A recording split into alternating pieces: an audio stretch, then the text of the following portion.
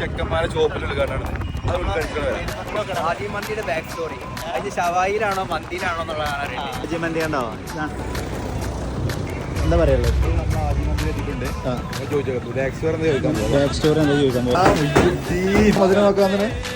വിഭവങ്ങൾ ഞാൻ നോക്കിയില്ലടാ, ഞാൻ വെള്ളം കിടക്കുന്നത് എല്ലാ വിഭവങ്ങളും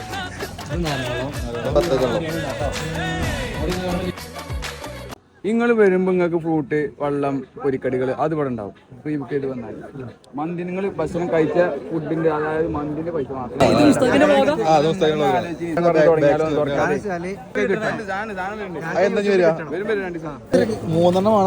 3 സുന്നത്താണേ. സെലിബ്രിറ്റികളായതുകൊണ്ട് ഞങ്ങൾക്ക് സ്പെഷ്യൽ സ്വീകരണം കിട്ടിയിട്ടുണ്ട്. സ്പെഷ്യൽ റെക്കമെൻഡേഷനിലാണ് കിട്ടിയത്. ഒരുമിച്ച് pepper spicy normal 5 items.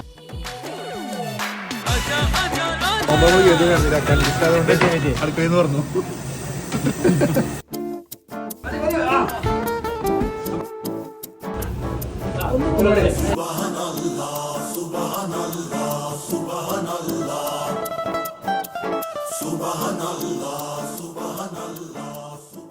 Malayali ഖാന ഖാന ബാക്ക് സ്റ്റോറി പറഞ്ഞോണ്ടാ.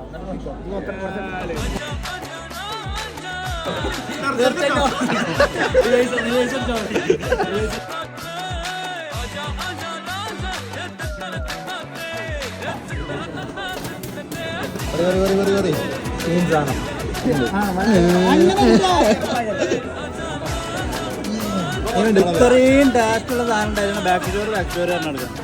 എന്താന്ന് വെച്ചാല് ഓരോ ഇതിന്റെ ബാക്ക് സ്റ്റോറി പറയില്ല. ഞാൻ നിങ്ങൾ ഇവിടെ ഒന്ന് കഴിച്ചെങ്കിൽ തന്നെ ഇതിന്റെ ബാക്ക് സ്റ്റോറി മനസ്സിലാവും. അത് കഴിച്ചു നോക്കിയാ അടിപൊളി.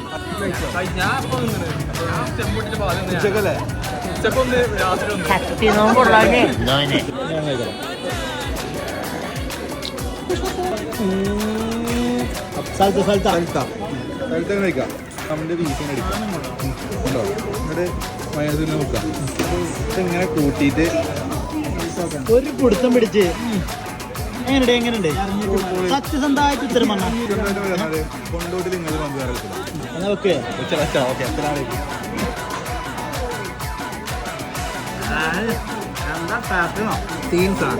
മെയിൻ സാധനം എന്ന് പറഞ്ഞാൽ ഇതാണ് പച്ചമാങ്ങ സാധനം. ഭക്ഷണം കഴിച്ചിട്ട് എങ്ങനെയുണ്ട്? കൊള്ളാമോ? നാണം കെട്ടവനെ.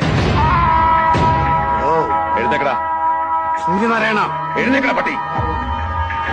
മന്തിന്റെ ലൊക്കേഷൻ വരുന്നത് കൊണ്ടോട്ടി ടൗണിൽ നിന്ന് മാറിയിട്ട് ഏകദേശം ഒരു കോഴിക്കോടേക്ക് പോകുന്നിടത്ത് നിന്ന് ഒരു 3 കിലോമീറ്റർ പുറത്ത്, അതായത് എയർപോർട്ട് ജംഗ്ഷനിൽ നിന്ന് 1.5 കിലോമീറ്റർ 1 കിലോമീറ്ററിൻ്റെ അടുത്തുള്ളൂ ഈ ഹാജിമന്തിക്ക് വരാനുള്ളത്. അതായത് സെന്റ് ജോസ് പൗലോസ് ചർച്ച്. നോർമൽ മന്തിക്ക് 180, അൽഫാം മന്തിയാണ് 200 രൂപയും ഒരാൾക്ക് പെർ ഹെഡ് വരുന്നത്. ഇവിടുത്തെ അവസാനിപ്പിക്കാം. ഇനി അടുത്ത ഞങ്ങൾ വേറെ പരിപാടി. Bye bye.